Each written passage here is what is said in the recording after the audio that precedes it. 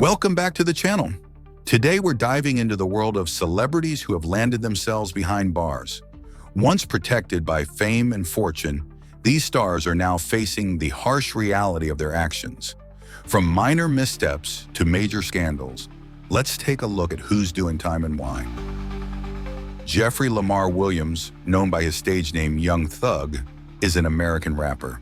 He is considered one of the most influential figures in modern hip-hop and trap music, renowned for his distinctive high-pitched vocal style and eccentric fashion sense.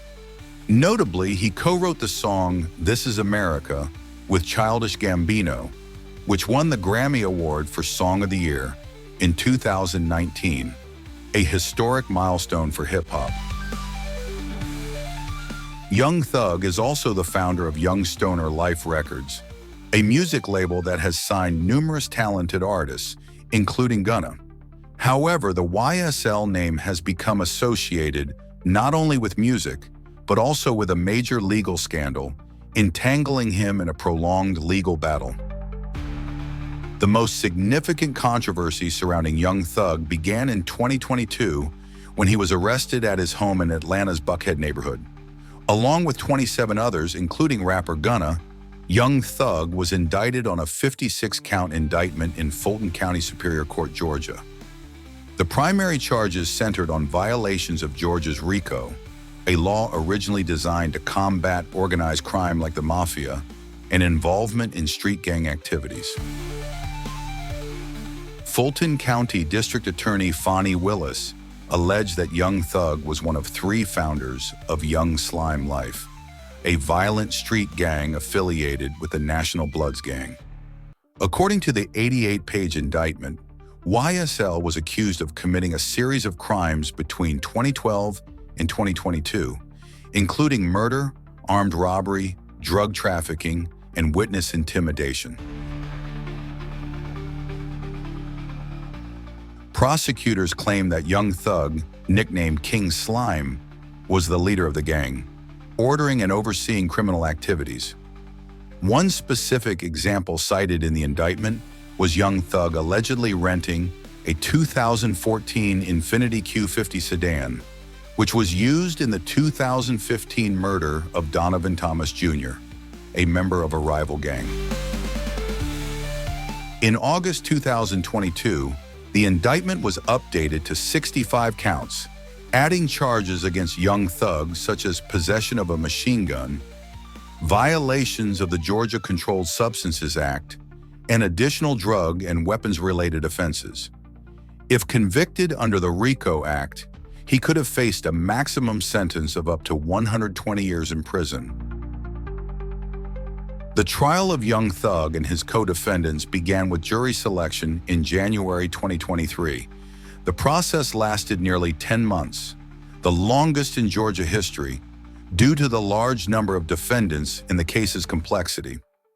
By November 2023, the trial officially commenced with opening statements. Young Thug's case faced numerous disruptions, including a change of judges, a co-defendant being stabbed in jail, and legal disputes. The culmination came on October 31, 2024, when Young Thug pleaded guilty to 6 charges and no contest to 2 others.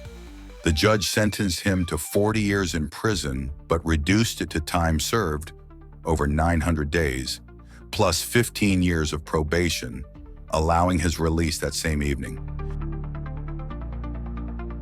One of the most controversial aspects of the case was the prosecution's use of Young Thug's song lyrics and social media posts as evidence of criminal intent.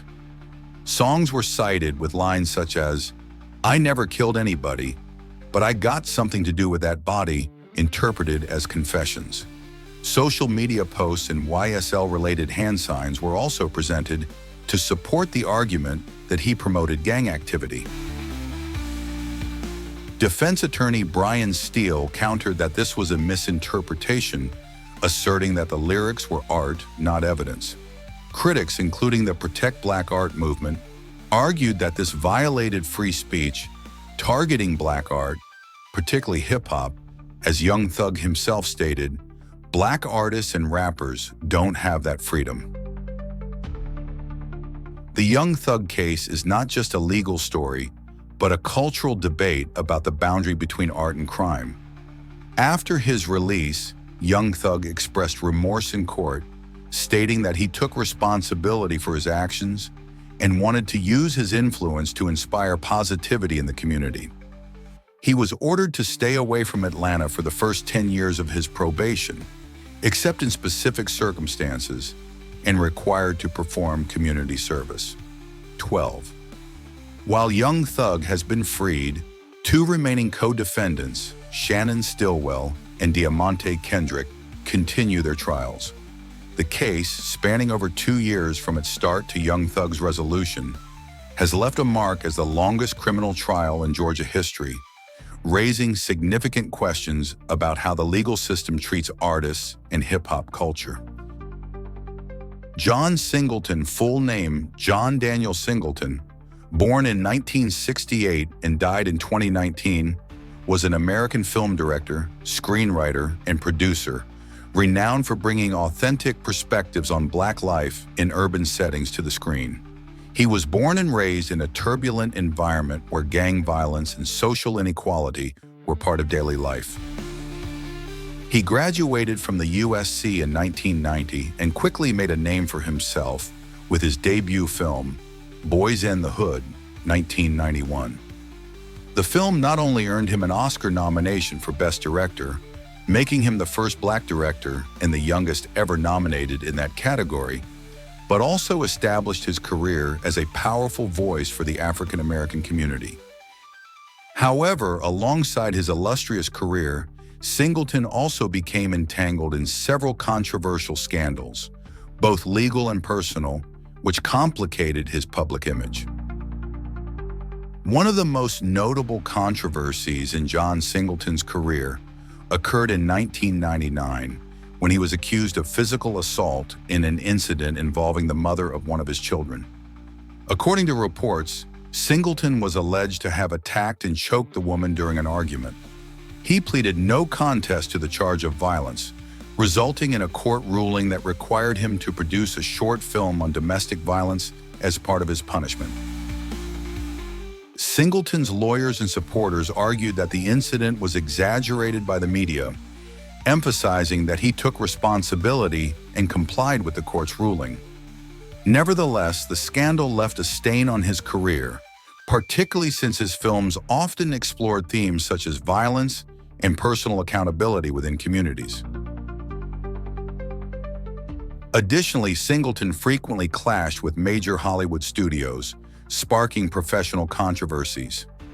In 2017, journalist Danielle Young accused Singleton of sexual harassment during an interview, alleging that he grabbed her wrist, kissed her cheek, and engaged in inappropriate waist-hugging behavior. The incident took place amid the Me Too movement, drawing significant attention, though Singleton did not respond, and no legal action was pursued. 7. Singleton passed away on April 29, 2019, after suffering a stroke and falling into a coma in Los Angeles. His death led to yet another scandal surrounding his estate and legacy. Singleton had left a will from 1993 when he had only one child, Justice Maya, with his ex-wife Tasha Lewis. The will was never updated to include his 4 other children from subsequent relationships, resulting in a bitter family dispute. John Singleton's scandals, from personal behavior to professional conflicts, reveal a complex figure, a talented artist with profound vision, yet an individual not immune to mistakes and controversies.